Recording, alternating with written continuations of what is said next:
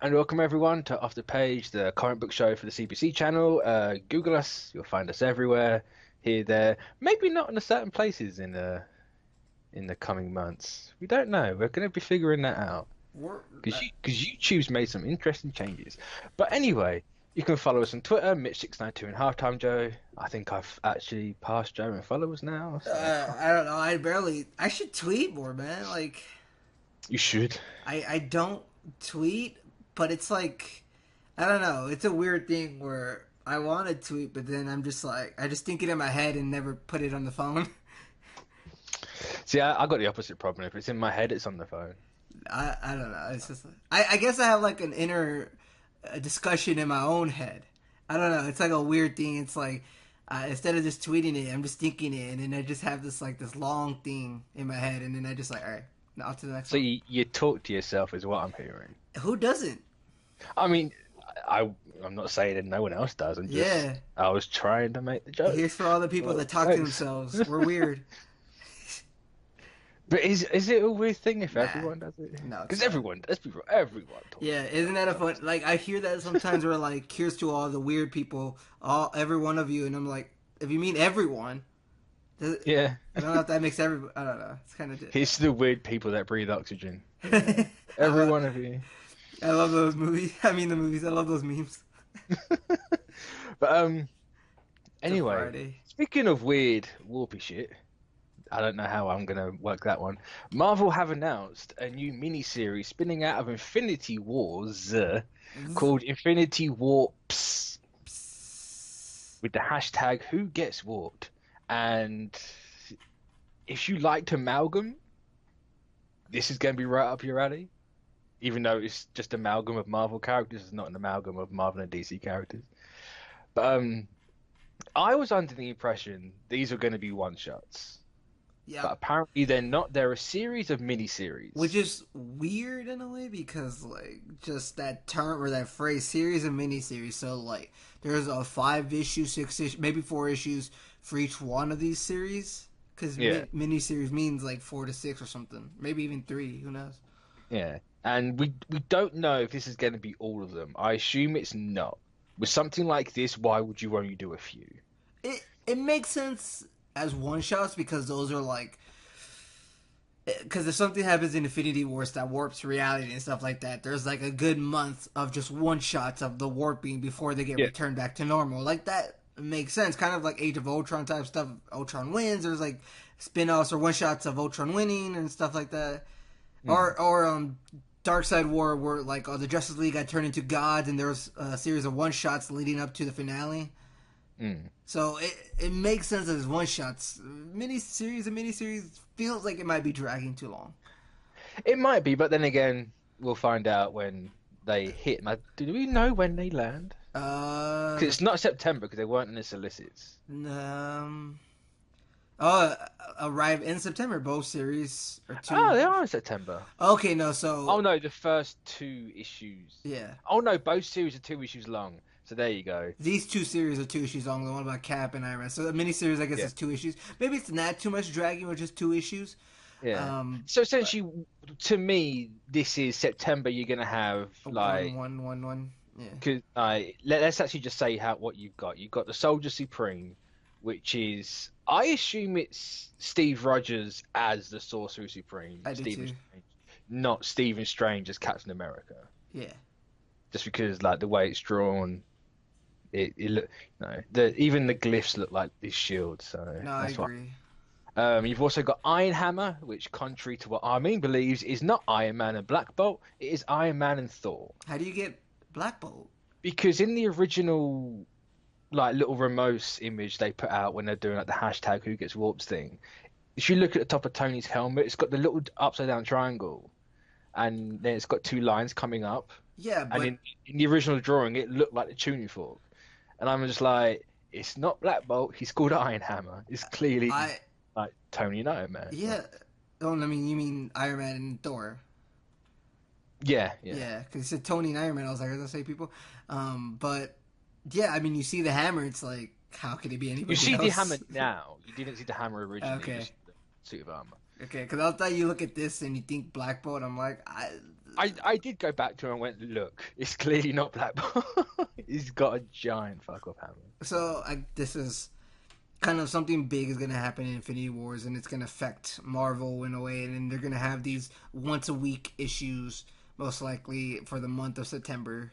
Yeah, I imagine it will be you'll get Soldier Supreme in the first week, then you get Iron Hammer, then you get And Soldier Supreme number 2, then you get Iron. Yeah. And then August you'll probably get what's the other one? There's Weapon Hex, which is Laura and Wanda, the Scarlet Witch. Didn't you say that'd be cool? It didn't. It happen. Well, me and the Discord were talking about a Gabby series and crossing Gabby over with people, like the Donny Cates kind of idea. And I said Gabby and Stephen Strange, and then we get Laura and Scarlet Witch. So I wasn't far off, and that was only a couple of hours before this dropped. So it's kind of weird. But I still think this is Donny Cates' his idea. Yeah, I mean, it sounds like something he would. It sounds like something he just do in general, and then they're like, "Oh, hey, that'd be a cool idea for a one shot." It seems like his kind of not techniques. It's his wheelhouse. No, but it just kind of seems like his creativity flow or energy has spread over the Marvel kind of place, and his kind of create he's just let's just do some crazy stuff, and then more people started doing crazy stuff. It's the perfect place for it. If you're dealing with the Infinity Stones, you can warp whatever you want and have whatever you want happen. So tweak the story a little bit and hashtag who gets warped. Yeah. So I'm trying to look what the other ones are. You got Arachnite, which is I assume Spider-Man and Moon Knight. It looks like it, and Ghost Panther, which is quite funny because we already had Black Panther, Ghost Rider in Damnation about 4 or 5 months ago. It's a little. Some of these are probably gonna be a little weird. Of redoing them basically. Yeah. But I mean, better. to be fair, this one looks far better than the one we had in Damnation. Actually looks like a Black Panther Ghost Rider because he's got the Panther. The other one looked more like a Ghost Rider. Yeah, just standard. Here's a flaming head. Yeah. But yeah, this is cool to me. People was like, oh, they're just doing synergy stuff to match up with the movies. Well, they are with the name, but this is clearly taking a different opportunity. This is way different than what the movie would be about. Can you imagine the movie actually comes out and it's like, oh yeah, here you go. Oh, that'd be cool. This didn't actually happen at the end. This happened. So some of the characters that got faded away just fused with the characters that didn't, and something like that. That'd be crazy. That's way too out there to happen, but I would love that. That'd be cool. What happens is the wind mixes everyone up, and when they come back, they're different versions. There you go. Yeah. The answer for the Avengers 4. No, this is I said it every time. I'm enjoying Infinity Countdown, and I've been looking forward to this. It's Jerry Duggan. On top of this, you got also Cates is doing Thanos Legacy for this, and then that's tying in with the Thanos Wins. So it's just making everything better. And this looks cool to me. It's different, so why not?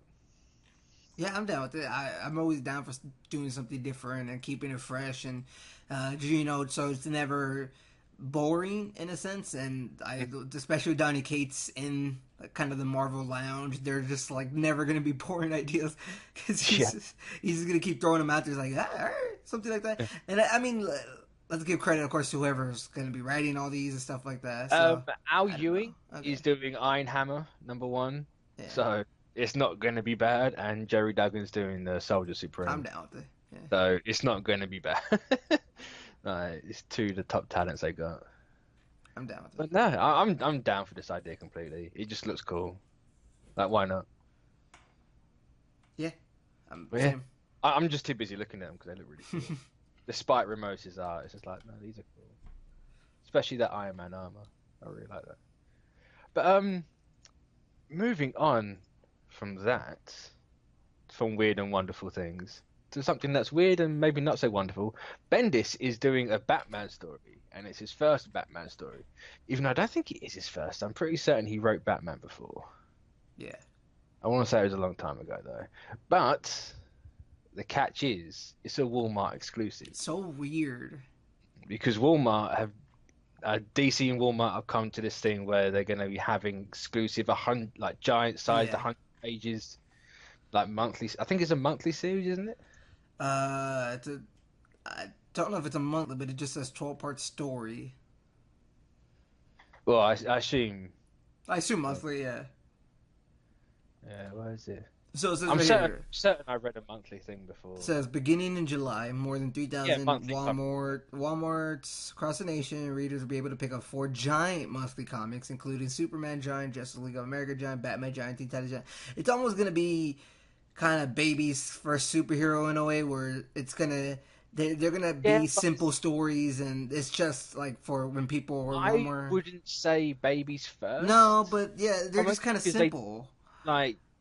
I don't even know if they're going to be simple, to be honest. They have to Because be in a so way. 100 pages isn't simple. That's a complete story. No, but they have to be in a way because Do they? yeah, because I assume this is to get people who are not comic readers and who are just in Walmart see this and think it looks cool. Yeah, but I don't think you put people like Bendis I for mean, I Deadpool. assume there's just it's I don't know. It just seems like it's not going to be all that. Like I'm not getting these. I don't really care because I don't think these are really going to pertain to anything in continuity and canon or I mean, I 100% doubt they're going to be in canon, yeah. but I think just because they're not going to be canon doesn't mean they're going to be simple. Because then what you're doing yourself a like disservice there. You put something simple out to get people in, they're going to get in and be like, "Oh my God, this is too complicated." $5 for 100 pages. Wow, It's not bad. that's Not bad. really not bad. Usually $5 for like 40 pages or even 30. Yeah. They must think that this is gonna sell because it wouldn't be that cheap otherwise. Oh, these new monthly books combine new and accessible stories with reprints of classic comic series. It's a That great way makes for new readers to get into comics, follow the characters they grow on and love it. So it's gonna have some new stories, but also some of the classic ones in them. So like, almost like a yeah, history book of the character. that See, makes sense. it's a way to, like I said, just to get like people who are walking in Walmart and just be like, oh hey, there's Batman. I know Batman. Get it, pick it up, $5. Like if you're in Walmart, that's already cheap enough. So Yeah, but what's the bets that they're gonna be like all rebirth titles in there? that's a good bet right there to put it in because it's gonna be what Superman, Justice League of America, Batman, and Teen Titans, and they're all gonna be pretty much Rebirth E and probably some extra classic ones. I don't know which per se, but I I know these are not for me, and it's fine. I don't think it's supposed to be for like people like me who are just trying Oh to read no, in canon stuff. yeah. I mean, you're already in the market, so what's the point? Yeah, I'm good. Yeah, it's fine. I mean, if they find a return on this, good for them. I just don't go to Walmart really, so I don't think I'll Yeah, ever see these in my but lifetime. like this is the first step for like a comics boom. What do you mean? Like Because just like if Walmart is getting these comics, if these do well, yeah, then DC's got a foothold in in a bigger reach. start putting them in targets and all I that. mean, just more like start putting out actual story like newer comics. Oh, Like in like a actual, Walmart. yeah, like Yeah. here's Tom King's latest issue of Batman. This almost reminds me of like the streaming services like exclusive books or like the Marvel service where you get Yeah, like the exclusive Marvel Infinity books or whatever, and this is just like another exclusive version for it, and you're right, eventually maybe move on to new versions, like new stories, yeah. full new stories. Cool. It came out of nowhere for me. I didn't think this would be happening, but it's fine. But I mean, like they're clearly the big two are clearly trying to reach out to a wider audience. Yeah. They said they were going to put adverts in front of the movies. I'd never heard of anything of that, like actually being a thing. We say again? When when I think it was Secret Empire and Rebirth. Yeah. Like DC and Marvel were going to have adverts in front of the movies. But they did for a little bit. There was a rebirth. Did they actually? Because I never heard of anyone who saw the advert. I never saw them, but I did see like certain things of like did it actually showed up? I remember like some Twitter. I'm gonna look it up because I remember Yeah. seeing someone tweeted about it that they saw a rebirth ad like in the movie Yeah. theaters. So I know it wasn't in every single one in America. It was only in a select few, which I Yeah, don't understand why you only put it in a select few. Why not put it in every single one? Probably yeah, a money thing, to be honest. But yeah. It's always a money thing, right? yeah, but Uh, on top you got that. Then you have GameStop was ordering comics just the other week. Oh yeah. They're starting to. So They're gonna have like a comic rack and everything because, of course, not a lot of people are going there for physical games. So we got to try to. I'm telling you, physical stores are gonna die out eventually. I mean, the local comic shops will die out probably in the next 5 years. GameStop's Uh, gonna have to start selling digital comics too. Watch.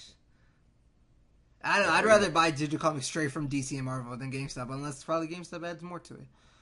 but that's the thing, you have these books out there, Yeah. like say a 5-year-old or whatever, how young kid gets their parents or someone else just picks it up, and you have an advert going, look, you can buy these here on this website for this much, and then you got people know where to get comics because that's the biggest issue. No one knows where to buy them unless you know you don't know. So That's true. See, I can't find it. I swear I saw somebody talk about it one time. There's just an article saying that they will do it in theaters and television. I've seen one on television when I was watching like The Flash.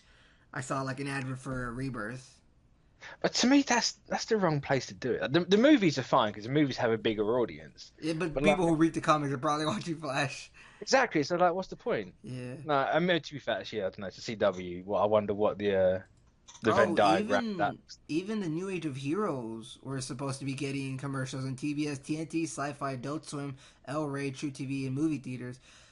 I'm telling, maybe it's the fact that I don't watch live television anymore, which is why I didn't see any of these.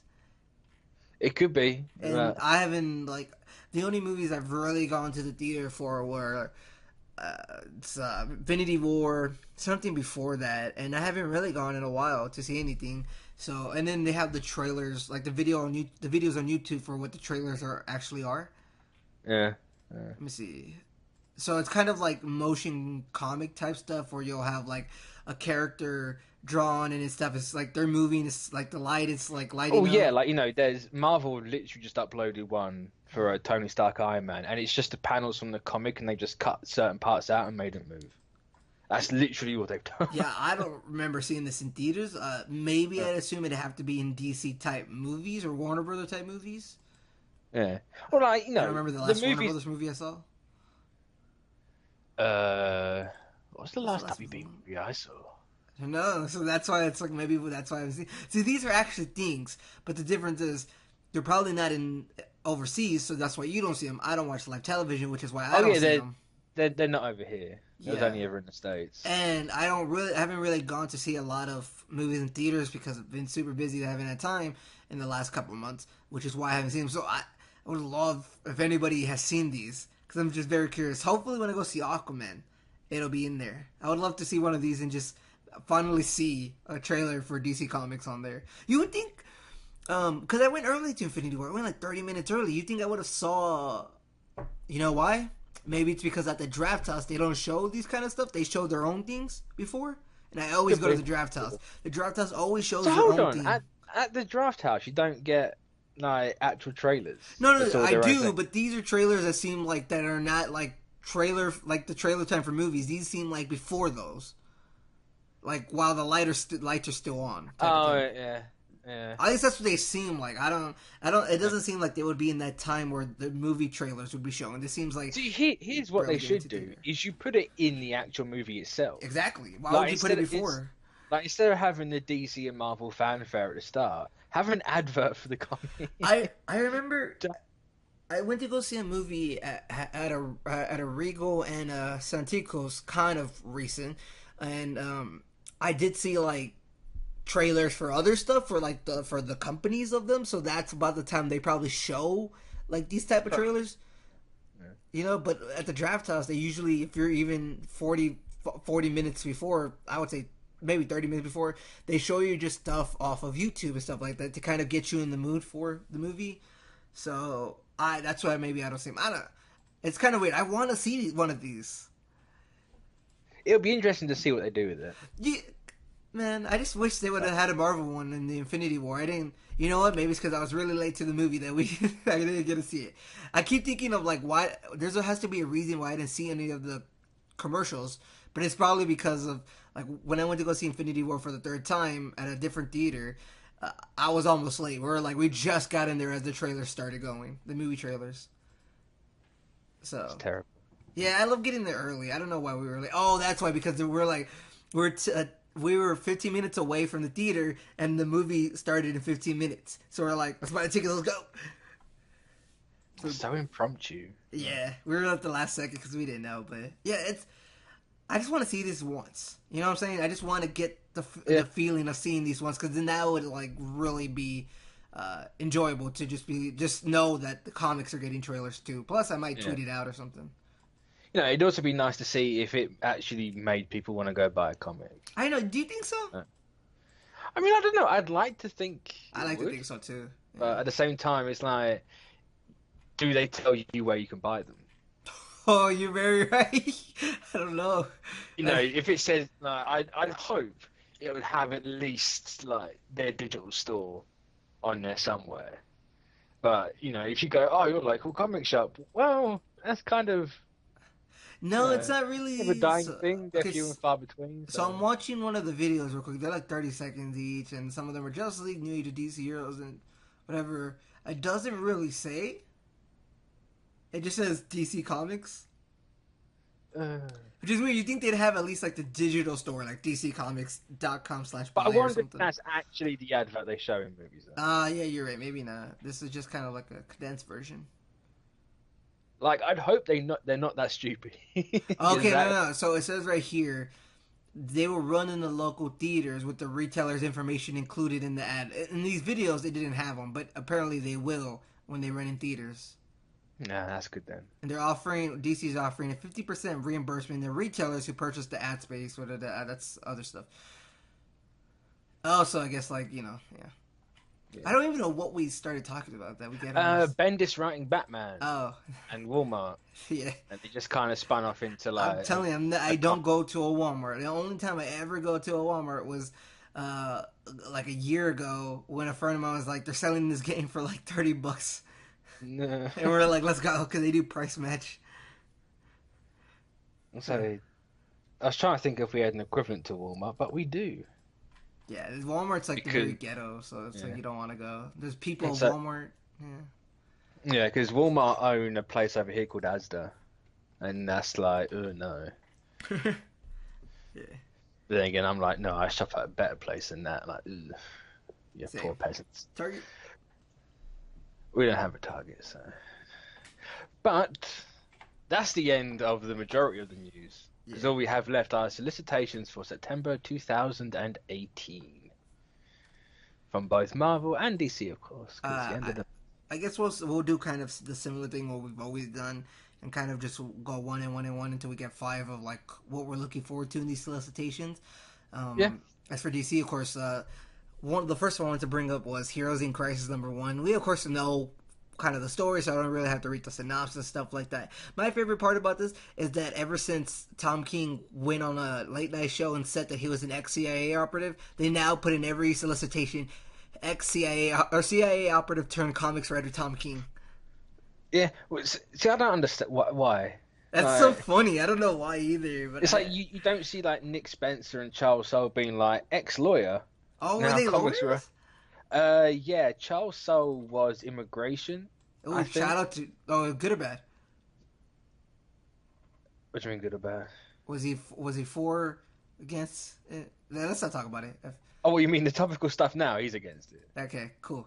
I was about to say I don't know if I agree with it. I don't know if I love Charles Soule, but if he's for all this stuff, I don't know if I can go with him. But he had a massive thread about it the other day on Twitter. So that's what having that's what you're able to do with all these kind of things. You're able to talk about this topical stuff, but I don't know why they keep doing it now. But it's just funny to me. CIA operative turned comics writer Tom King, like that's his new thing.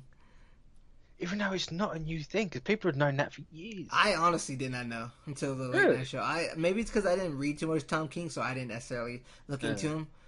But let me see if there's anything else in this. No. Nah, it's just kind of the same thing of what we said before. I think Jason Aaron was. I want to say he served in the military. I love learning some of the backstories of some of these people. Yeah, it's like Jason Inman as well. You know of him. Oh yeah, the guy who used to do DC like YouTube. Yeah, DC All Access. Yeah. who's now a comic writer as well. Oh, good for him. You know, you gotta work hard. What you want to do? You want us to do that. Sometimes you just like you want to start talking about him. You just want to do them. You want to create them. I mean, yeah, at one point it'd be nice, wouldn't it? Just like have Yeah. your own little. Well, I think when you love a certain genre or medium, you eventually want to create art in that medium. Yeah. You know what I'm saying? Like when you just, if you talk a lot about comics, you generally would want to write one or draw one, whatever you are, writer, artist. But yeah, Hero in Crisis on sale September 26th, $4, 32 pages. So I'm excited for this. So we'll see how it goes. Sweet. My first one is going to be the Return of Wolverine, number 1 of 5, and we have 1, 2, 3, 4, 5, 6, 7, 8, 9, 10, 11, 12, 13, 14, Oh, 15, covers. 16, 17 variants for the Return of Wolverine, because of course. Make that money. It's still not as many as Tony Stark Iron Man, which had one for every suit he's ever made. Yeah, I remember that. It's Gosh. like, it's like I get it. Like it's the like why didn't you do that before? I'm surprised it took you this long. But it just says he's back, bub. We know he has magic heat claws. I like how you said bub. That's what it says. He's back, bub. I don't know, just that's funny. It is 40 pages at $4.99, but you know, of course, it's a miniseries, 1 of 5. It's Charles Soule and Steve McNiven, and yeah, he's coming back with his fiery heat claws. Which I don't know if you've seen Charles Soule on Twitter with the heat claw gifs he's been posting non-stop. Yeah. But some people are asking if he got the idea from Wolverine Origins because his claws got heated up in that. But I'd laugh if it was true. Yeah. So yeah, number 1, it's cool. He's back. Yeah. All right. My next one, Doomsday Clock 7. So, you know, it says a little bit more, to kind of tease a little bit more, and it says, in this chapter, the truth behind Dr. Manhattan's curiosity with the DC Universe is revealed as the planet teeters on the edge of the Super War. So, it's going to go into if he created the New 52, basically, which I still hope that's a thing. And I kind of think, like 7 years later? You know, it's kind of like the worst kept secret, surely. Like, look, it's like, oh look, Manhattan's here. We've always had a blue hand at the center of the universe. I wonder who that could be for. It's one of those weird things where this is almost took it way too long. Oh yeah. It's really lost steam with me, and I think a lot of people as well. Like I see a lot of people being like, it's good, but it's not coming out quick enough. When you kind of discuss comics, even with movies and TV shows, does timing, it comes into play, I would assume, right? Because it's of how long it took at what time it came out. So like if it came out when there's a glut for the certain thing, when it should have probably came out earlier, you know what I'm saying? Like I'm sure timing does play into kind of the selling of all this. There's always that thing, isn't there, where it's like you don't really want to wait longer than 3 years for a movie sequel. Yeah. Like, if you wait longer than that, people tend to forget and lose interest. You know, look at Avatar. Exactly. No one gives Pacific a fuck about Rim, Avatar. Dark Knight. But I mean, they sucked anyways. But still, I mean, the Dark Knight's a weird one because Rises came out 4 years. Was it only 4 years, or was it like 4 or 5? 4 years. It was 2008, 2012. Oh, right. So yeah, 4 years. You know, that's kind of, that was on the cusp. It still made over. I think 2 years. I always think 2 years for some reason. I think a sequel has to come out 2 years later. And 2 years is too quick. I think 2 to 3 years, because 4 years you're pushing it. 3 and 2, that's good. It's like, you know, here's the thing: if you give it 2 years, you're not giving yourself a lot of time to rewrite the thing and then make the thing. How long does it take to write something? You know what I'm saying? A long. If that's all you're doing, though, if that's all you're doing, just writing a sequel, like I'm sure it's not gonna take you 2 years to write it up or something. No, I'm not saying it can take you 2 years. Well, it can take you 2 years. It's true. It's true. But at the same time, it's like, you know, give yourself room to breathe. You think you've got to then have your pickups, your reshoots. You've got to have time for CGI if you're using CGI. Okay, 3 years might be the perfect one. 2 years might be a little too fast, but still good. 3 years, perfect. 4 years, pushing a little too late, but still good. 5 years is the max. You're like, whoa, no. Like if you look at the Marvel movies, the majority of them are every 3 years. Yeah, I mean, there's some exceptions. Incredibles, 14 years, people still love it. Yeah, you mean both Toy Story sequels were Yeah, longer than 3 years? there's very much Like, exceptions to the rule. yeah, but the exceptions prove the rule. Yeah, but yeah, all What, right. what are we talking about again? That's pretty much it. Doomsday Clock 7 Oh yeah. comes out same September 26th, Yeah. same as Heroes Does Crisis. that mean it's back to monthly? Didn't one come Hopefully, out this? I, Wait, no. Has issue 6 dropped yet? I thought it did. That was the recent one we read. Oh, so actually, then no, it's not No, it's not monthly monthly. because I'm gonna go for Fantastic Four #2 because I kind of have to. I think this is the first time we're gonna see the new villain because she's all over the cover with her little minions, her little butt face minions, and you've Yeah. got the fighting on the cover. It's back to 32 pages at $3.99, so they're keeping this one on the high end of everything. But it's kind of just what they've been up to, where they've been, where have they gone, what have they created while they've been gone. Has anything happened? Is it the first time the universe has died, or is it about to die again? Who knows? We'll find out. But yeah, All right. the second turn. All right. Mine. So I guess finally the Sandman universe is starting in September. So this one's September 5th, 2018. The Dreaming, which is where the Sandman is nowhere to be found, and dreams running wild, is going crazy, kingdom in chaos, and the people of the world have to protect themselves, stuff like that. So it's good. I've been waiting to hear when this is gonna happen. Apparently, it still might be for Vertigo, even though Vertigo is having a relaunch with a different kind of genre. No, it is for to it. Vertigo. Yeah, We went I over know. this last week. No, I know. That's literally like, I think we even talked about it in the Discord where they didn't Yeah. announce it. They said it was gonna be Vertigo, right? And then the Vertigo DC announced that Vertigo was gonna be relaunched with different series and stuff like that. And we're like, it didn't have the Sandman universe in it, so Yeah. we thought it might like be its own thing. Actually, this is I think gonna be its own on the imprint or something else. I think, right? Because there's that what this face was gonna have his own imprint that was gonna have this. I don't think it's Vertigo. What's his face? There's about 8. I'm trying to What remember his name, DC? but I can't really Pick, call. pick a DC writer. They got an imprint. You can't really go wrong. No, but the guy who made Sandman. Oh, Neil Gaiman. I can't think. I couldn't think of it for some reason. I don't know why I couldn't think of it, but he's gonna have his own imprint. I think it's gonna have this. Yeah, Vertigo. No, it's something else. I think because there's another. Is there two Verticals? Because there's gonna be a Vertigo there's- that's relaunched with a different series, and it didn't talk about this. We had this discussion last week and on Yeah, the but Discord. it probably didn't talk about it because it's already been announced. Like they've already said that Sandman's going to be in Vertigo. So what's the point in reiterating it again? Because this is like a relaunch. Because Well, yeah. the first one didn't say that there was a relaunch of Vertigo. Let me see. New game in DC imprint. I'm still thinking this is not. I mean, either way, I'm excited for this universe. But let me see. But like look at Marvel Fresh Start. They didn't announce every single title in one go, and then when they announced more titles, they didn't announce the previous titles. So this is DC relaunches Vertigo, improving new titles. New gaming launches new Sandman line of titles. This is all. I'm trying to find. One of them said the new gaming has his own imprint, the Sandman imprint or something. I don't know. Either way, I'm excited to see. Oh no, didn't they call it the books of something? Isn't that what they called the imprint? Something. Or is that going to be one of the series? New gaming imprint for. Just go to the next one. I'll tell you right now. My next one, Thanos Legacy #1. I believe this is a one shot anyway. 40 pages, $4.99. Thanos wins again? Question mark.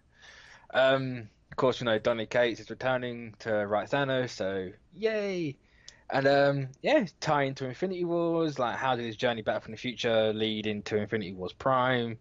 So obviously, Thanos wins. Is all getting tied in a nice little bow in this. It says right there, 40-page one shot. So yeah, I'm all down for it. Cates on Thanos is only ever a good thing, and he's teasing something, that man. That's to do with God Country, but I don't know what. Okay, so because the next one I'm talking about is House of Whispers, which is another kind of the Sandman universe thing. There's two coming out. They were apparently supposed to come out in August. Now they're coming out in September. They've been Something from DC delayed? My no, but God. that's weird that nobody even mentioned it. They probably have. But it might have been it might have been super little in an article or something like that. and they said that he's gonna have his own imprint, that a Sandman spin-off imprint from Neil Gaiman. I mean, we'll find out Yeah. when it happens, won't they? All right, House of Whispers. This is gonna be kind of the, if I remember correctly, it's just like this one house that it lives on its own, and it's been like, so I don't know. This is, if I remember, let me see. Let me read it real quick because it's gonna have like the house is alive or something, and the people are living in it, and something goes wrong. You know, it's kind of one of those horror stories, but it can be interesting in a comic because I've never really read a comic like this. Yeah. So I don't want to go into on because I don't know too much of this one. But it's Fair cool enough. that there's only 2 that are coming out that month, apparently. Even though they're missing Books of Magic, which is the Harry Potter one. That's the one, yeah. That's the one I want. And the other one is just Sandman Universe, I think is what they're calling it. Or, yeah, the Sandman Universe #1. They're only doing House of Whispers and The Dreaming first. So I guess we'll find the other one next month in October. Yeah. Yeah. Yeah, I was about to say, no, it's August after September, but it's not. I have been drinking today, so. Yeah, you guys. Dumb stuff. I wasn't going to talk about this, but or we weren't going to talk about it. I want to bring it up. As Guardians of the Galaxy #1. Yeah. 32 pages, $3.99, typical. Actually, it's a cheaper #1 than usual. Now, comicbook.com, or was it CBR? CBR, I think CBR. Right, CBR have said, or they noticed something in solicitation, and it's to do with Nebula. And if you don't want possible spoilers, you can just skip ahead. Yeah. Skip ahead a couple of minutes. But it said Nebula seems to be the antagonist to this series, and it's only me. I think it's like 5 issues long. This thing, it doesn't say it's 5 issues long. So it might be an ongoing, which is surprising. But Nebula comes into possession of a certain something. We don't know what it is. Some like magical, powerful artifact that I assume is from Asgard. From where Asgard was exploded in the death of Mighty Thor. I think it was 705, 706, one or two. And she's kind of going around the universe trying to rule the galaxy. And the Asgardians are going to go and stop that. So people are wondering CBR wondering if Nebula is Requiem for Infinity Wars and Infinity Wars Countdown. I don't know if I subscribe to that, to be perfectly honest. Because they don't even necessarily like agree with it themselves. They're like, maybe, like, unless Marvel's just like, let's not actually spoil something for a change in the solicitations. Let's actually keep something secret.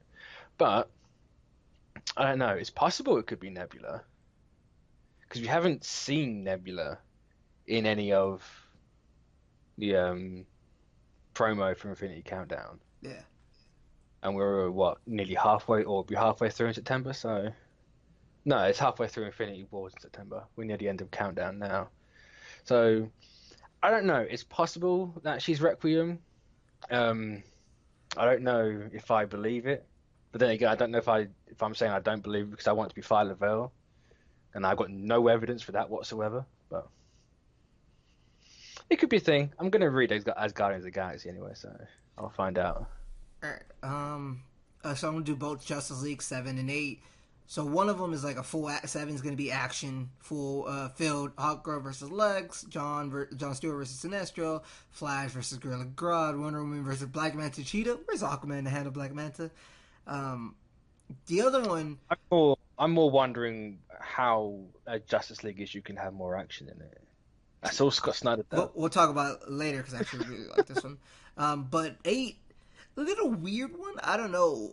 I'm sure, like, if when I'm reading this, all the way to 8, it's gonna make sense. This one is gonna be about kind of a flashback of Lex recruiting the team of Legion of Doom. It makes, yeah. Because you're gonna have to have a point because we didn't really know how we got them to join. We just know we did. So I'm assuming eventually they were gonna have to do this. So okay, and this time around he started. Lex knows, so it tells you like how he's gonna get them, how to push their buttons, and how to know they're gonna join them. But also, this is the interesting part that I can't believe they left this in here. I thought this would be redacted. Lex has Meadows, Batman Who Laughs locked up in a Doom HQ. So Batman Who Laughs is back. The Batman Who Kinks. He's back. I actually really like that. That's the only Batman like from Meadow I liked. That's the only Batman anyone gave a fuck about from Yeah. now So on. No. it's kind of cool that he's back, and you can kind of tell with some He of these never other. left. He was True, he's in he's in the the other Immortal book. Men. Yeah, yeah, yeah, Yeah, yeah. yeah. He technically never left. He's still here. But somehow that's gonna like go to Lex finding him and then locking him up and stuff like that. And I think we might have saw him in the first Justice League Scott Snyder wrote, and you just saw him like blacked out or like in a silhouette, so you didn't know who it was. Did we? Yeah, you saw somebody. We didn't know who. Somebody's locked down under the HQ. We didn't know who it was. So I'm assuming that's the Batman. We're gonna get more into this when we talk about Justice League. Actually. Yeah. So yeah, that's it right there. Right, my next one is Infinity Wars 3, because, just talked about Guardians of the Galaxy and that seemingly tying in. It seems everything's gone to fuck. I don't know if this is where Infinity Warps starts. Again, it's 40 pages or $4.99 because it's an event, obviously. I think this issue is going to be dealing with like how Loki knows everything. Yeah. He seems to apparently know everything going on in Marvel at the minute. Like, he knows about the Celestials, he knows about stuff with Thor, and he knows about stuff with this. It's like, what doesn't Loki know, and how does he know everything? Because it's kind of weird. But then again, it's Loki, so it kind of works. And yeah, this is the issue. The very fabric of reality warps around the heroes of Earth, and the only way through wins. The only way through wins through Infinity itself. That doesn't make sense to me. Yeah, and the only way through anyway. Yeah, it's Infinity Wars. It sounds cool to me personally, and Infinity Warps is going to be cool. So, all right, I think this is my last one, which is going to be Justice League Odyssey. It's number 3, which I guess Odyssey is going to. If I'm guessing, this is bi-weekly. Odyssey starts. It's monthly. 2nd of July. Yeah, so it's July, August, September. So yeah, that's monthly, regular monthly. The interesting So part. there's no way that artist Cedric can do like a bi-weekly. Sure. No way. The interesting part here is it kind of takes over after No Justice, where Vero Docs, like the cat character, the whatever, he's basically they're trying to track him down and capture him and stuff like that. So yeah. That's kind of what Odyssey is about, I guess. It's like the final frontier. I guess that's what the first arc's about, but and also they're still it doesn't say anything about like Darkseid or whatever, because I'm assuming they would explain a little bit Darkseid. They just say, can the team really trust Darkseid? Yeah. And he won't try to destroy the universe, stuff like that. I wonder why Darkseid looks like that. Is that just an art thing, or is there like an actual story? It's like, yeah, I'm just gonna get a hoodie now. I think we've seen why he looks like that in the Wonder Woman issue. Because I know it was a Wonder Woman issue not that long ago had him be back like an adult, no longer a baby. Yeah, because there's that one thing, he was a baby in Metal, and it would low-key make sense if he was like a teenager now, and he just, like, teenagers, I don't know why they wear hoodies. I think he is supposed to be younger. He looks very Darkseid. He looks older just because of Darkseid, but he could be very much younger. He kind of looks like the new 52 Lobo version of Darkseid. Kind of like I can see where you're going for that, but it just seems like he might be 18 maybe. Something like that. In his version of 18, and he has a hoodie now. He's in his I can't be spotted by a CCTV camera. Exactly. But this is going to be interesting. Odyssey's, I'm going to love Odyssey. It's Joshua Williamson. It sounds really cool. liked in The Flash. Cedric, great art. So, yeah. Down for also, I believe Odyssey is going to be Cedric's last or second to last Big 2 comic. So. Oh, he's like, he's going to do indies now, or is he just... yeah, he's going to do all personal stuff. Okay, cool. And that personal stuff does not include Switch, which makes me sad, because I like that series. And of course, Nintendo killed that because of the name, so well done, Nintendo.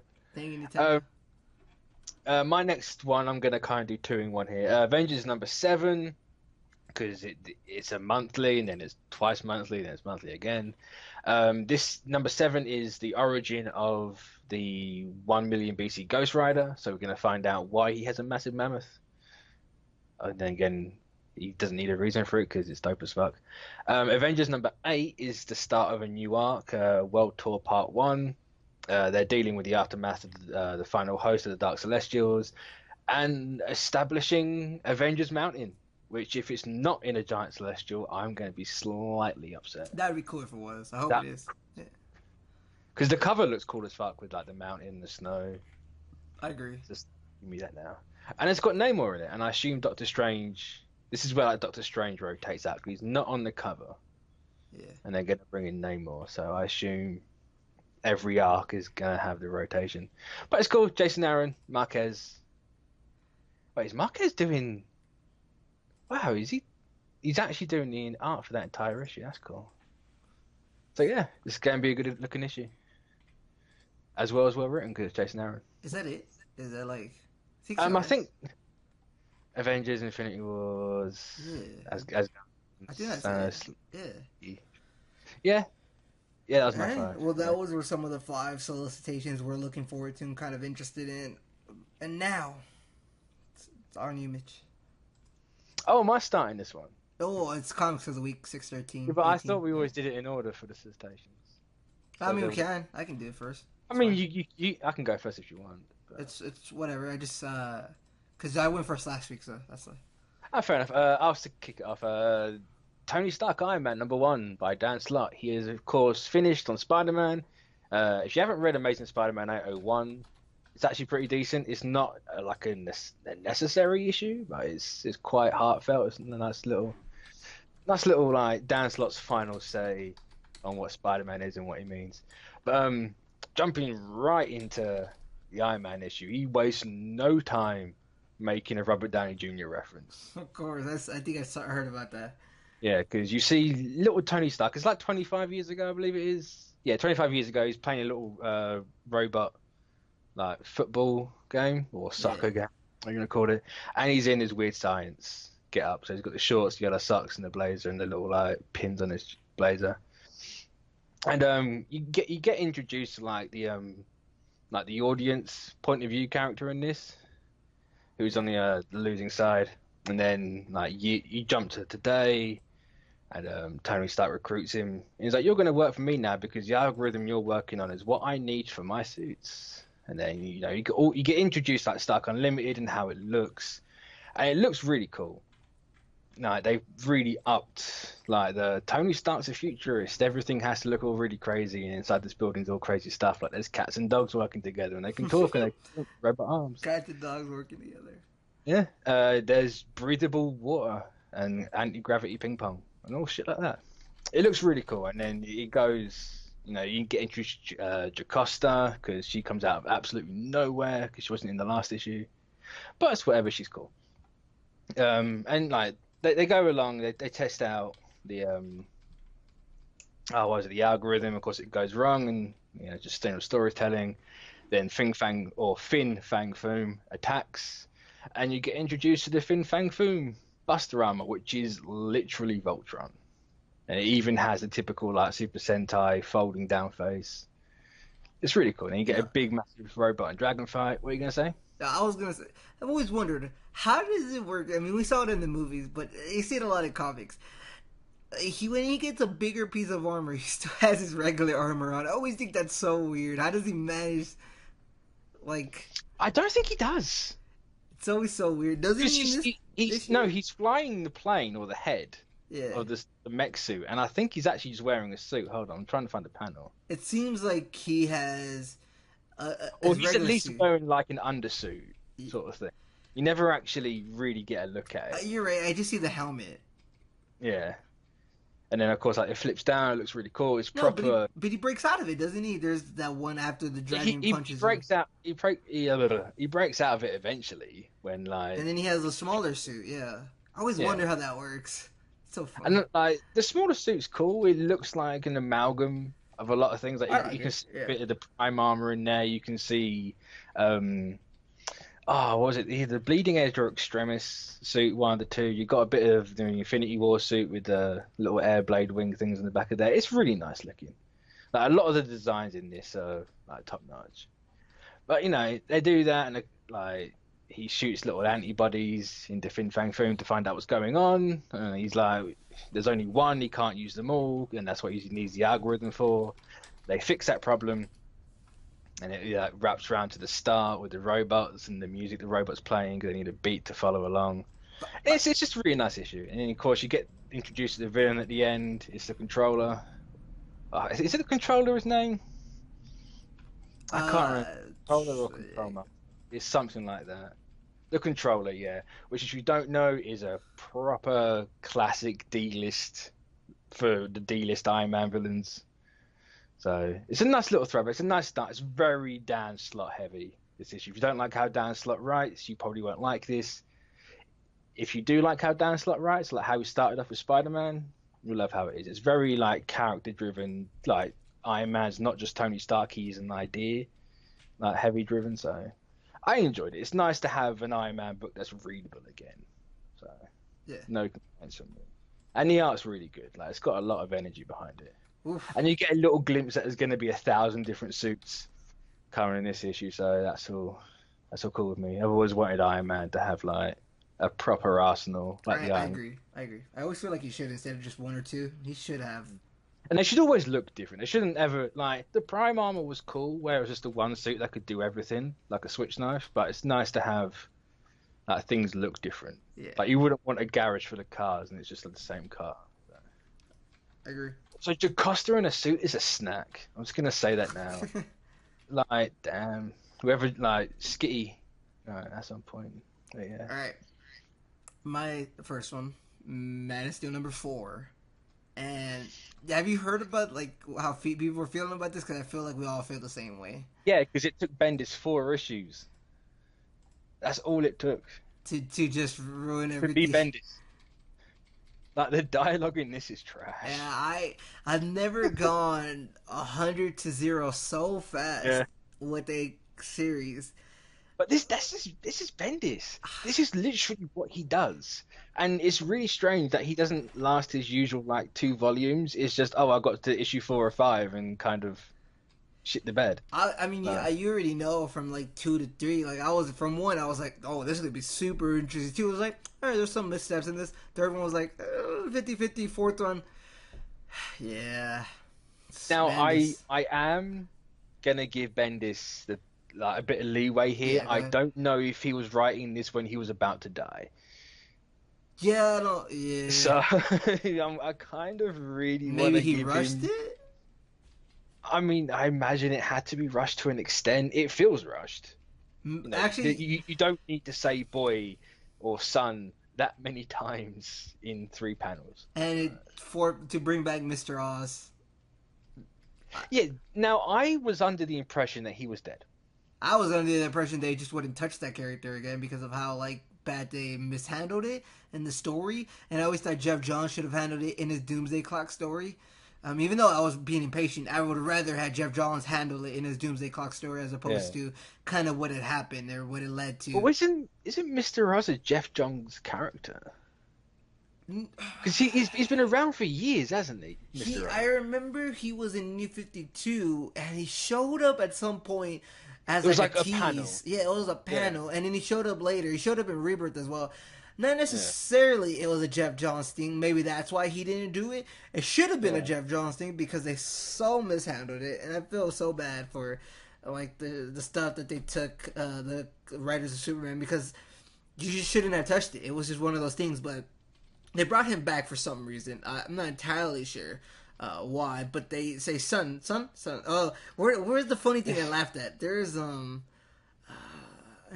It's just like the boy's coming with me. What boy? This boy? That boy? Me? Yeah, boy? yeah. It's like, no, like, Bendis, what have you done? That was the only part that made me laugh this whole issue. It like made me smile. Cause everything else was very boring and kind of like drowning, just kind of like. Ugh.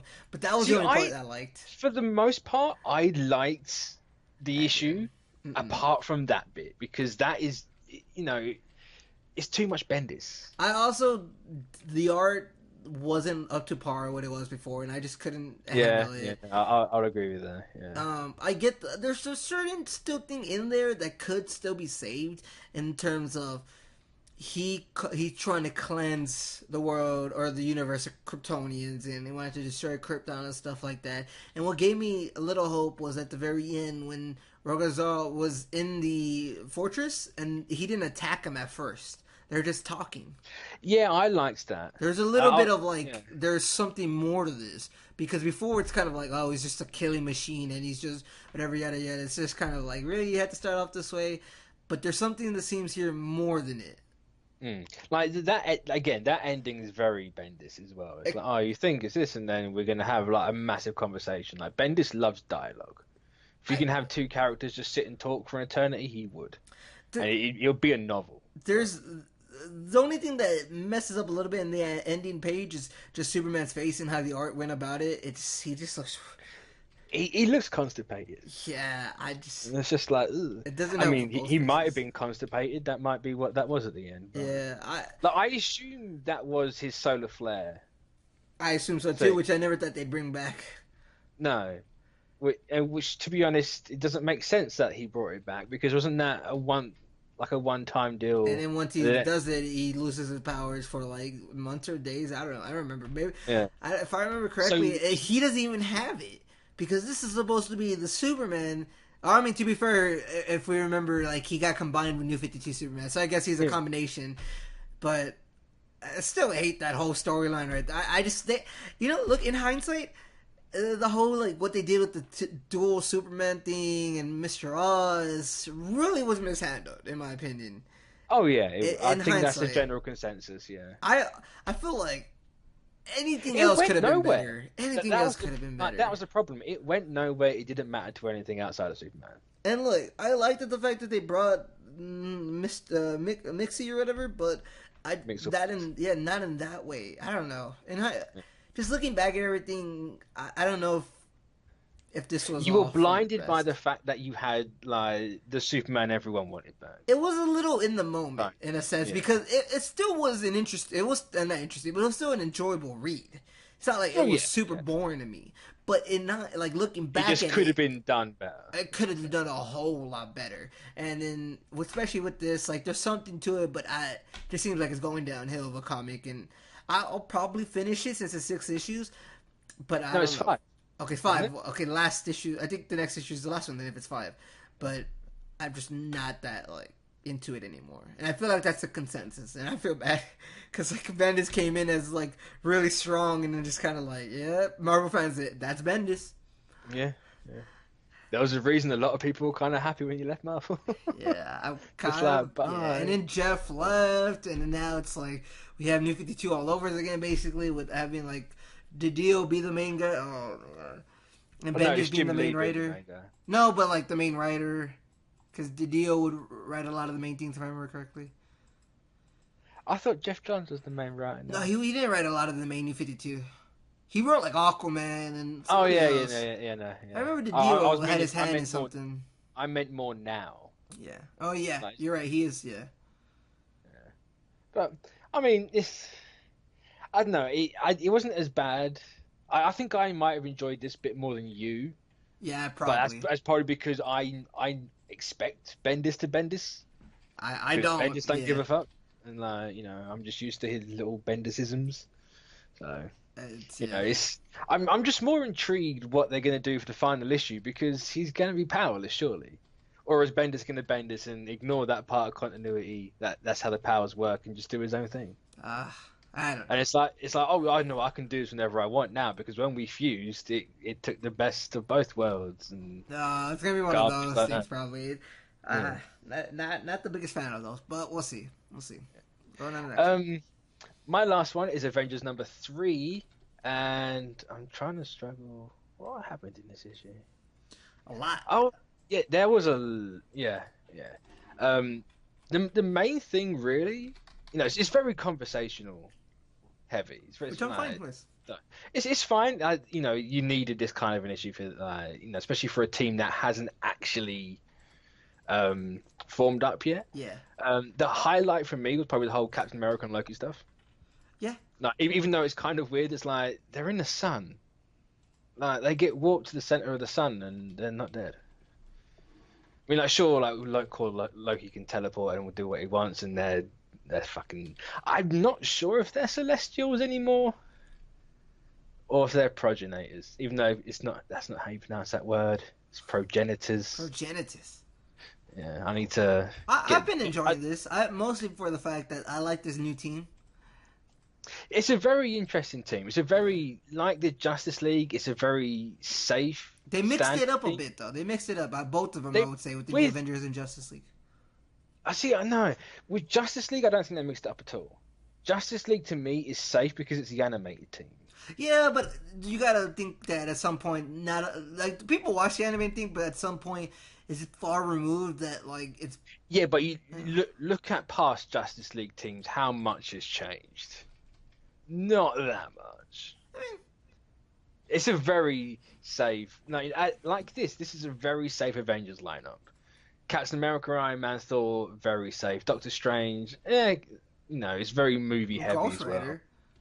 Ghost Rider is the exception in this team. And you've got a Hulk. Admittedly, it's not Bruce Banner. It is Jen Walters, She-Hulk. So, Yeah. but you still have a Hulk. It's still a very safe choice. Like Robbie Reyes is like the standout, unexpected. I wonder. I'm curious if at one point, because you have all this, but I wonder if at one point they'll bring back, because I haven't read too much of recent Marvel besides this and some other stuff.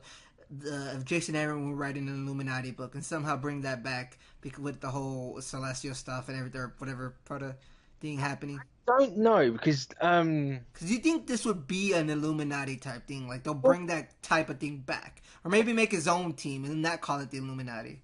yeah, well, the Illuminati was based around the Infinity Stones. Yeah. And Jerry Duggan is teasing a new Infinity Watch, which is that's based kind of it. Yeah. around Okay. Infinity Stones. So they could very well go for a new Illuminati, but I think at this point in time, with the way like the universe is going, an Infinity Watch would make more sense. Yeah. Well, yeah. That's just the newer. That's the modern version of Illuminati. Oh, it's not. The Infinity Watch has been around for Okay, well, yeah, you're right, like 30 years. Oh, you're right. My bad. Marvel fans are gonna kill me for that. I don't know too much Marvel. I was like Arthur handing there, just like, oh, Joe. Yeah, my bad. But yeah, there's Captain America learns, and we learn a bit more about the Marvel Legacy one shot.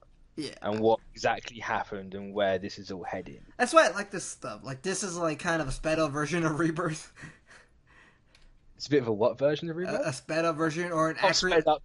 or an accurately timed version. Yeah. Because they're not taking 3 years. Let's just say well paced. Yeah, well paced, because this is almost why I'm reading this, because it's almost getting like my I did like Legacy, but it's almost getting like this is Rebirth done well in a sense. Even though the irony is people are like, oh, how long ago was Legacy? And we have to wait how many months? It's like you've waited 2 years for Doomsday Clock. Shut up. Yeah, I wouldn't say if Legacy of Rebirth has been taking this long. So yeah. You get that one of the funniest lines from Thor where it's nay, cease thy civil warring. Yeah, you're right. Like, thank you, Jason. Like, can we not have this? It's like, we're not the Avengers. And it's like, true, you're not the Avengers yet. So, but again, I believe they mention the Eternals again in this. I'm pretty sure Tony Stark says it to Stephen Strange when they're all like around. It's like, we've got to visit the Eternals, like just straight that up. Makes sense. I mean, I'm assuming, like, we always say this stuff, how the movies and the comics, I'm sure they have some similar points and stories, like, I'm sure the Eternals will be mentioned at some point in the movie, probably Avengers 4. Eternals being mentioned here. They've already been mentioned. We know an Eternal. Oh, well, I mean, more so, like... We just had a movie about an Eternal. Really? Do you count that? Thanos is an Eternal. Alright, you can go with that. Actually, I'm going to get technical. He's Eternal born, but he's a deviant. Okay, there you go. If we're being technical, yeah, okay. I was being too technical on that, but... He's a hybrid of the two. I'm sure we'll see more of them, though. Oh, yeah. Hot rumor, just a minute. There is rumors that Kronos is going to be in Avengers 4, so awesome. There's your Eternal. You might get buff with drugs. Quick sidebar. I just want the movies to go all out into the cosmic Marvel, which they probably will. Oh, they will. I've been waiting that. We know Celestials exist. We have Thanos. Eternals are happening. We're going to have a host. Can we thank Kirby for making Cosmic DC and Marvel the best? Like, I praise Kirby. Yeah, he's literally, like, that's Cosmic DC or Marvel is the best thing. So it's the most interesting stuff. Yeah, I agree. They have, like, such creative designs as well, and So I'm like, oh, but going back to this issue, I will say I'll give this to Jason Aaron, because I have I'm a Jeff Johns website watch, or I'm on basketball scenes in Cloak and Dagger. I'm on Mexican speak watch for Jason Aaron and his Ghostwriter. Gotta say, that's fine job. Yeah. That's fine job. It matches up. Also, the way I really like how he writes Robbie in this. Yeah. Like, he's just that little chill back. I'm gonna lean against the car while the big boys over there that I don't really belong with have a chat. Yeah. Right. So I'll chime in a little bit, but yeah. Yeah, I get it's very the almost fish out of water, but at the same time he tries to act too cool for it. Yeah. Which is a weird version of it, but I'm fine with it. And I think Jason Aaron is just a masterful writer, like we always say. And, I just love that he's finally writing one of my favorite characters. Yeah. I really hope he touches on who made Robbie Race. What was his name again? The guy who. It's the guy with the dreads. I can't think of his name. Yes. I want to say Felipe Smith. Yes, Felipe. Yeah, Felipe Smith. Yeah.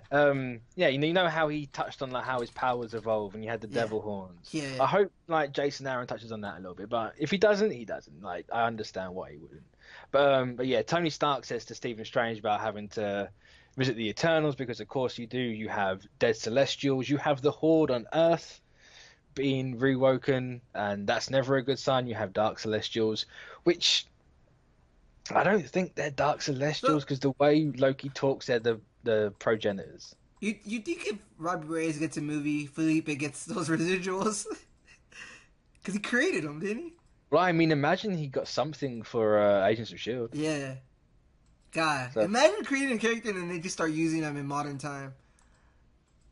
I mean, why not? Yeah. I mean, it's happened not that long ago. Like Blue Beetle, I guess, but they haven't really used them in live action yet. Quake is recent, right? Old. Yeah. All right, well, that's Jessica kind of Jones, sidebar stuff.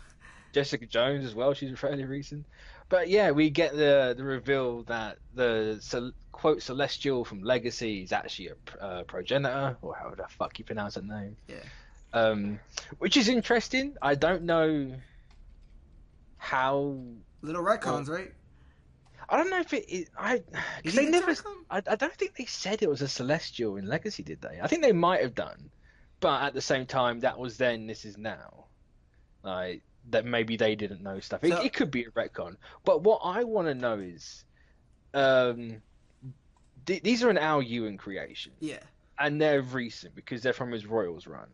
Is this going to play with the Inhumans sandbox? Is Death of Inhumans going to play off of this? And are they going to play off of, the Royals run? I kind of hope so, because this is something that reminds me of that. Because this is huge for, their lore, because they made the Kree. Yeah. So, and also, are these going to play a part with Al Ewing's Ultimates run, where he had the Aspirants? So, those Dark Celestials that the first Firmament that made the Celestials, are they going to play a part in this? Because they kind of have to, surely. This is how I say it, the progenitor. I think that's how you pronounce it, but progenitor. You know when you get a pronunciation in your head and you just struggle to get rid of it. Yeah. I always read the word as progenitor. I don't know where I got that A from. Progenitor. I don't know why I say progenitor. It's probably progenitor for some reason. Oh, it's literally progenitor. Yeah, that's like the what's the word for it? Kind of the I'm forgetting a lot of things today. I'm out of it. I mean, you're not the only one. It's kind of the pronunciation in I forget what you call it. Phonetic. Yeah. I'm forgetting everything today, man. We're both forgetting everything today. It's just that day. This is a show. Yeah. Is what that is. Yeah. But yeah, that's how I say it, yeah. I don't know how I feel about, this shit. Because I don't really want Aaron to fuck about with what Ewing done. Don't change what these are and what they're for. Sure, make them more important, make them bigger, but let's not completely avoid the Royals and Ultimates run. Yeah. Especially the Ultimates, because that's my baby from the last couple of years. I agree. But it's Jason Aaron. I can benefit of doubt. If he does change stuff and he null and voids that, if it's good, it'll be a softer landing to take. Also, it's very kind of similar to I think the Neil Gaiman or the other Eternals run where and a Celestial talks to the one of the Eternals, but it's actually they're talking to Jen, She-Hulk in this one. So similar story beats, but that's just how Celestials work, really. But yeah, Yeah, I'm really enjoying the series. I think it's fun. It's a big, heavy Avengers story, but at the same time, it doesn't feel like it's all doom and gloom because the art from McGuinness is really well done. that's bi-weekly, right? Um, it's twice a month, then one a month, then twice a month, then one a month, It's then weird. twice a month, one a month. It's 18 issues a year, and we're now 3. on the 2 a month. Oh, 2. Yeah. No, wait, 3. Oh, yeah. Well, so it's 1, and then it's the 2 a month. So was it 2 a month and 1, or 1 and 2 a month? It's issue 1 and 2 were in the same month. Okay. This is it's been a month since, so give it. I just thought it would have been cool if Avengers and Justice League were out on the same day every time. Yeah. Because it did it for this time, and it was like Avengers 3, Justice League 2. But Justice League is having multiple artists at once because it's not the same artist in this issue. No, I actually really like the art in this issue. Yeah, because it's Jorge Jimenez. Jorge. Or you can say George. That's the English saying of it. That's the English saying. No, because there's to bring it to sports. There's a MotoGP rider called Jorge Lorenzo. Or you can say that. Yeah. So that's just how I know that name is it's Jorge or Jorge. They say it like 6 different ways. So I just say it. Since we're talking about it, want to move on to the last one? Yeah, move on to Justice League 2, and I definitely love the art more. I do love this artist a lot, and it has this kind of animated vibe to it, which I very much love. I don't know if that's the right term for it, but it feels... No, I completely agree with you. It looks like it looks like a high-end cartoon, especially the cover. The cover's... yeah, the cover is sick. But this one is a little bit less actiony, I would say, even though it does have action. I'd argue it's the exact same as the first issue, almost beat for beat. Really? Yeah. Because there's a lot of stuff that interests me in this, and kind of for example, there's the totality thing, which I don't think they mentioned in the first one. No, they did because that was because it was literally they blew up the moon and did all that stupid. No, I was going to say that. Yeah. Okay. The stupid stuff, and then they went into the mind room. And they're talking about, there's this thing coming to Earth. It literally opened up. Oh, that was it. With the totality. Okay. Yeah. Really? Because the way this issue opened up, it had Lex and the thing, and then Lex kills people, and then because I was wondering what the totality is. They didn't mention I don't think they called it the totality last time, did they? No, they did. Okay. They did, yeah. Maybe it's too. I just Look, if you want an easier name to remember it by, just call it the Ex Machina, because that's what it is. Okay. So it's the win button for this is the thing that has basically given the Earth a stopwatch of so you only have this long for the Earth or the universe basically to live, and they have to figure out how and stuff like that. Things that I love in creativity wise. Swamp Thing being able to basically call up upon anybody from that far away. That was cool, but at the same time, it's very Scott Snyder. We talk about Bendis and how Bendis has his Bendisisms. This is a Snyderism. How is it a Snyder? Because it's literally, I need someone to do something, therefore they can automatically now do it, and you'll never you don't even see Swamp Thing in this outside of that. He's not even fighting with them. So how exactly does this happen? One thing I'll mention is that Swamp Thing can control everything in the kind of plant universe. I understand anything that, plant in the universe he can control, no matter how far away. I understand that, but it's you don't see Batman with Swamp Thing, and Swamp Thing's not with the Justice League. That is true. How did he do that if he's not with them? You're right. Now that I used to think that it literally just happened, and that's what Snyder is. It's it's fine. I said it last week as well, and I'll say it again. It's fine. It's a really fun, enjoyable book. Don't think about it. No, there's certain things I like to think about, but this one I didn't think about because I just thought that was cool and then just went forward. Honestly, there's certain things you don't think about, but there's other things that's cool to think about. Don't think about why Croc was there at all. Apart from the fact that the book. I think they said Bill Reeve that he was a. No, I mean why he was even there. Like, Yeah, what was the point of Kruk in this issue? I thought he said that he escaped and he found it by accident, Yeah, and but why? they Like, just needed a monster, I guess. but exactly why? They Oh, just needed an action scene. You know, it's like, okay. oh, he escaped. He manages to find a random thing that can do whatever it wants. He can now do whatever he wants because he's being controlled by the thing that can do whatever he I wants. really like that That's splash page though of them fighting them and it's kind of a the highlight. really The art, it's the a artist did a really great nice job on splash that. page. Yeah, It's a really nice splash page. You because know, the heroes are outlined by white. Really cool, in my opinion. yeah. I never But really would think of that. if you look at a lot of artists, especially like the bright, colorful colorists, no, that's kind Yeah, of a bit of there. They will give like a stroke around characters to make them stand out more. yeah, that's very cool. No, if you go back and read Avengers, you'll notice it a lot, especially around Thor. I'll probably They let me have, see. I have it right now. Let me see. Very curious because I actually really enjoy that. I have to go to like a splash page though, right? I'd assume. I think if you go to the one where it's the Civil Warring panel, so it's where it's got him, Iron Man, Captain Marvel in it. I'm pretty certain he's got a stroke around him there, Let me see. or an outline.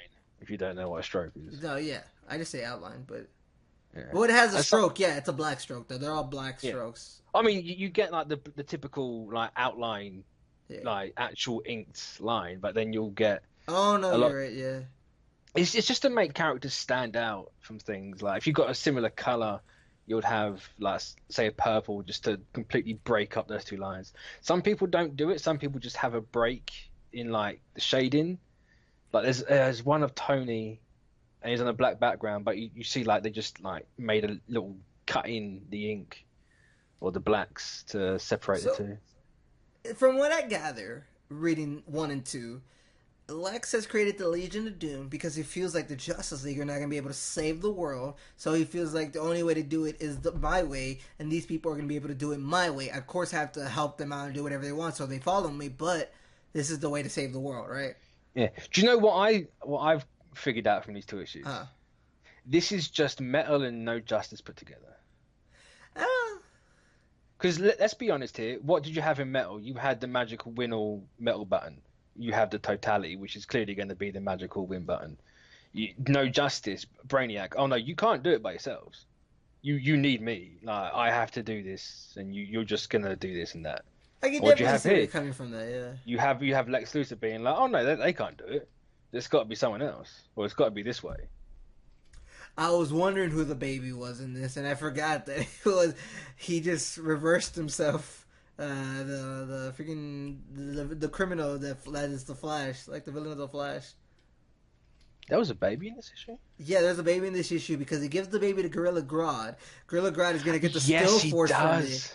He's gonna get the. Yeah, I was gonna ask you what that baby was. So the still force is, I think they mentioned this, but they The mentioned still it a bunch of force times, is the opposite of the speed force. Yeah, which and is they the only can, way like, to trip Flash up and all stuff. Yeah, and that's Yeah. Grodd is gonna, because in the solicitations they also mentioned that Grodd gets it, so I assume this baby is that villain.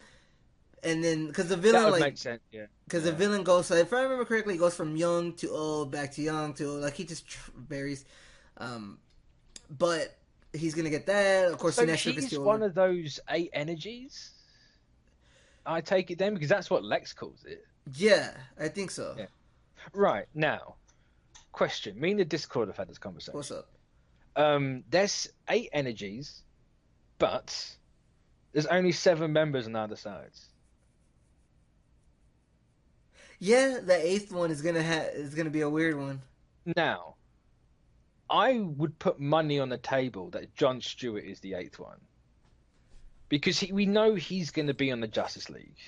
Yeah. Like, he's going to wind up on that side. But at the minute, because the whole random invisible light spectrum that appears out of fucking nowhere in this. Just, oh yeah, here's an energy thing. Oh, what do you mean? What do you mean, what do I mean? So like by the totality or the ultraviolet? The ultraviolet stuff. Yeah, I have no idea that was a thing. I guess they just created it, it right? wasn't until now. Yeah, they like, just created it.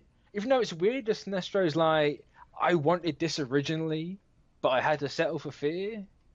But now I have what I wanted originally. Maybe, I assume in whatever Snyder's doing, he's going to explain some of this of why the ultraviolet was hidden. I hope he explains some of it. Because apparently the ultraviolet energy has been hidden for the longest time. You just couldn't see it. And somebody made the joke. I wonder who's going to do the infrared lantern. I mean, that's what ultraviolet is, isn't it? I'm not necessarily all too sure about lights. Listen, I didn't do that well in chemistry class. Because I thought, no. I thought infrared and ultraviolet are different. I mean, it could be. I just find it funny that the black guy got the black light. Okay, they are different. Right. Ultraviolet, infrared, two extremities of the visible spectrum. While infrared represents electromagnetic radiation wavelengths longer than visible, like UV shorter than visible. So like infrared is everywhere. The other one, ultraviolet, is almost nowhere. You can't see it. They're the opposite end of the spectrum. Yeah, they're so there's the middle, which is the all the spectrum that you already know. Colors. Yeah, and then there's ultraviolet and infrared. The one that you can see everywhere and the one that you can't see everywhere. Yeah. So somebody's gonna get the infrared. I was half right when I said the same. They're just the opposite. Yeah. And they're not the same. They are the polar opposite. I see. The thing for me with this series is I love a lot of these ideas. I love these ideas. You are right that when you start thinking about certain super moments, Snyder is an idea man. He has really cool ideas. Yeah. He might need someone else to write with him. Is my thing. You probably should have had, instead of like Killer Croc, it should have been someone that led to Lex in a way. Yeah. Like, why not have the Legion of Doom be there? Why not have it be Grodd? And if you start the Justice League, the Hall of Justice and all that, and Swamp Thing's a part of this, if I remember correctly. I remember seeing him in at the end of Metal. He's in Justice League Dark, isn't he? So he's got to be. Yeah, but you would think like they'd at least mention him besides that one point. So yeah. It's just I enjoyed this issue better than the last one purely because they didn't do. I mean, they did the silly thing with having Croc show up for a panel just because. And the Swamp Thing just because. Yeah, even though he does have a meaning, he has to get contact. I mean, Swamp Thing has a meaning. I'm not saying against that. It's just like, well, how exactly. Does he plan on this? When did they call him? Can he do it from anywhere? You should have had a line like that, like that he's in the Hall of Justice right now. It's like I assume they use. Actually, I think they said Martian Manhunter spoke to Swamp Thing, and then Swamp Thing did the thing.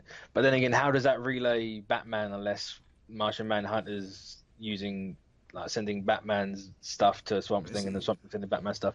It's comic stuff. Yeah. But it's there's no destroying the moon or lifting the Earth's crust up just to drop it and not have anything from it. I think one of my favorite points is when they see that symbol, and then at some point Wonder Woman says, "Oh, that looks like the Amazonian word for what was it, recruit or something." Let me see. I need to check it. Wasn't it the Amazonian rune for truth? But then Aquaman says it looks like the Atlantean one for rise. Yeah. So it's going to be that kind of thing where the truth will rise. Yeah. Something that's been hiding behind the source wall. And very curious what Scott Snyder's going to do with it. He is an idea man, so I wonder what his idea is of that. I don't necessarily... Because this is like the other comic thing. I'm like, oh, that's very comic-y, where to not be affected by the totality, they have to go super small. Yeah, that was weird. And also, how... Right, I got two questions here. I'm going to start off with one that was a bit random. When did Hawkgirl get metal wings? I'm going to assume in metal. Yeah, but it has something to do with metal. I don't think because they even make a joke about that, don't they? They say I used to have feathered wings. Yeah, it's just like I don't remember that, and I don't know anyone who. I thought she did have it in metal. I don't think she does. Hawk. I think it's literally just happened. No, because I remember she had metal. Let me see. She might have had them in metal, but when did she get them? Okay, so this is so in the previous lives she's had feather, of course, with Hawkman and all that, and yeah, she has metal in them. I don't know when she got them. Maybe at this point when because it was metal and like the metal nth combined with her or something like that. Yeah, but it's one of those where something that big should have probably been made a bigger point. So it was. Let me see. Yeah, so it was at this. Yeah, so that was at one point. Oh man, I don't know. I'm tired of confused now. This is like almost a little confusing because I'm trying to recall and at the same time look it up to see if I recall correctly. It's like admittedly, I only read the main issues of Metal. Yeah. Not from what I remember, not once did they mention that because she wasn't in Metal that much. Well, she was kind of. I mean, well, yeah, she wasn't. She wasn't because she was kind of the one that started it. She's the one that called it Batman. She was there at the start. Yeah, Kendra. What did she do afterwards? Because afterwards it was mainly Batman and Superman and a little bit of Wonder Woman. Man, I can't even recall Metal. It felt like all such a blur to me. Oh, that's kind of disgusting, either. Yeah. But that's that question. I thought you might have had an answer for that one. Apparently. No, I just feel like I remember specifically in Metal, she had him, and it was I think because of the energy of the Dark Multiverse and like the Nth Metal and all that, and she just kind of got absorbed by it. And when she got her powers back, because remember she was just an agent. She didn't have all that. So when I think she got her powers back, she got the metal because she fused with some of the Nth Metal and stuff like that. If I just recall correctly, that whole thing was such a blur to me. So can't. But that's my explanation. We're gonna have to ask this on that if they remember. My second question: how and when did Lex get inside Superman? Oh, yeah. I'm assuming... No, see, that's one of those things that I'm okay with, because that's one of those, like, twist surprises that you see that they'll explain later. Yeah, but at the same time, it's... Because if you had explained it before, it's not a surprise. No, but it didn't feel like the issue was building up to that moment.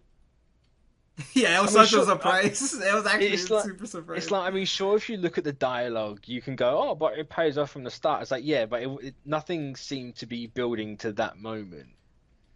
Like, he wasn't talking about doing anything like that. It just kind of came out of nowhere. And it's like, is Superman going to die? Is that what's going to happen here?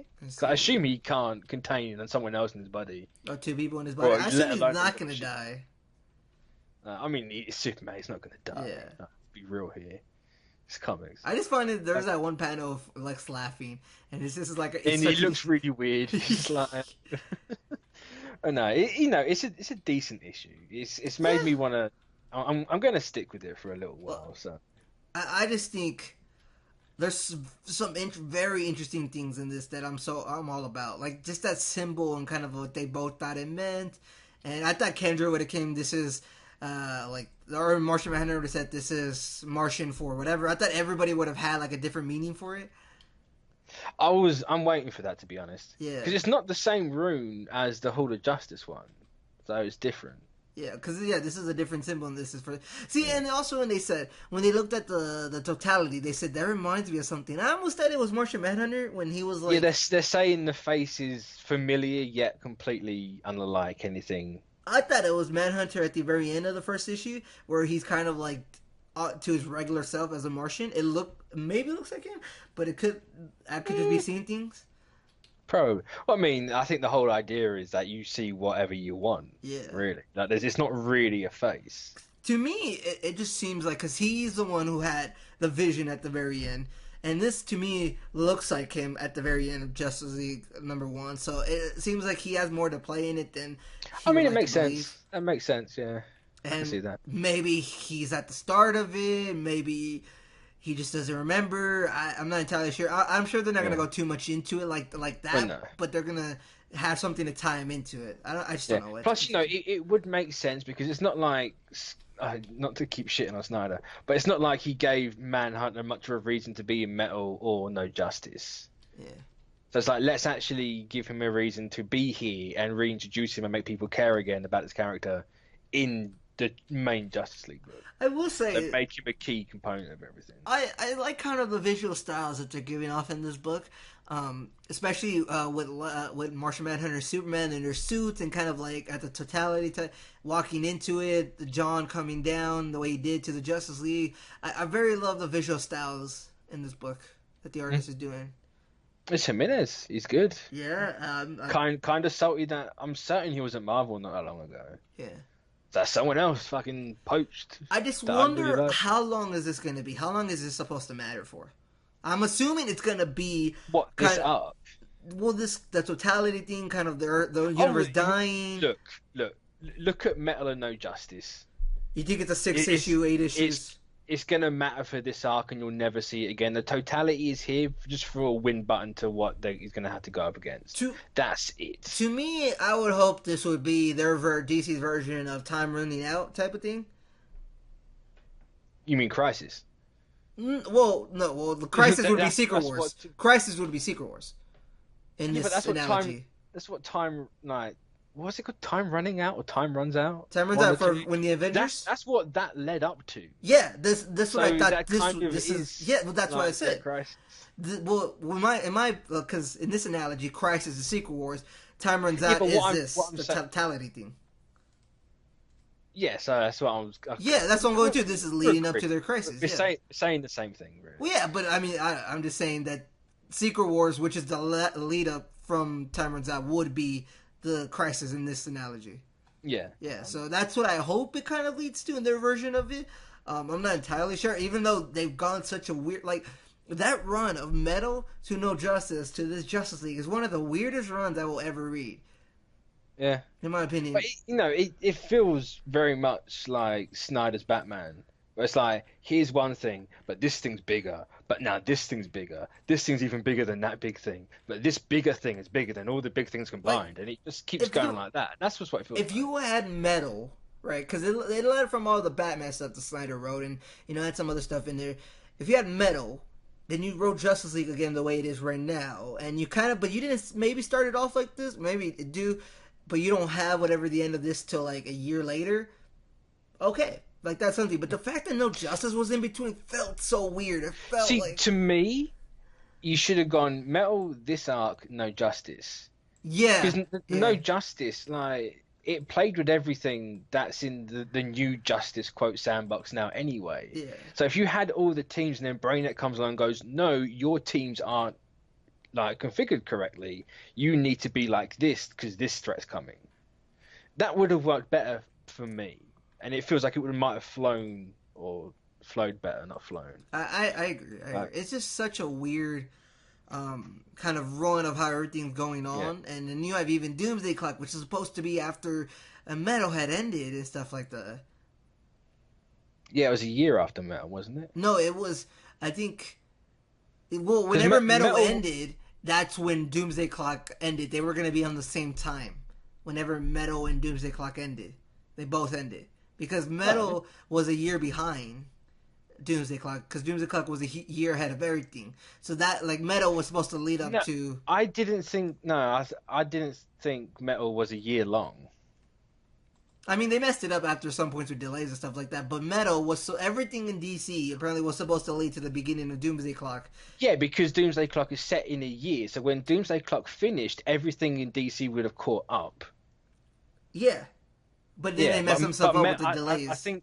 I'm certain Metal took place a year before. Like, Metal is the start of that year. Okay, yeah, exactly.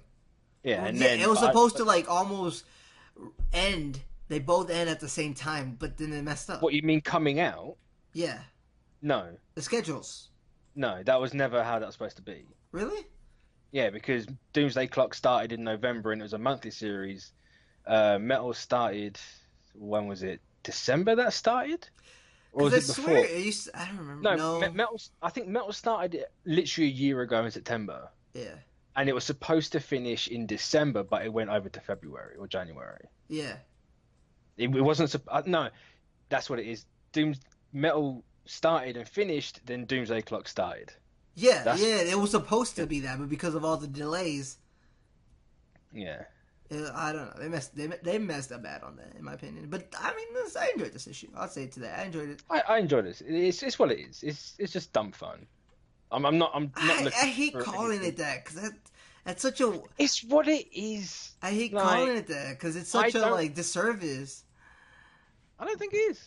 I mean, I could call it the Michael Bay of comics. No, that's a weird. But I'm not going to because it literally is Michael Bay writing a comic at the minute. Yeah. It's got as much plot as Michael Bay, so. I don't know. We'll see. All right, I think we've gone like long enough. Yeah. Let's call it that. Yeah. Gotta go finish Luke Cage. Or I gotta go start it actually. I'm only 2 episodes deep, but thank you for listening, and we'll catch you next time. Toodles.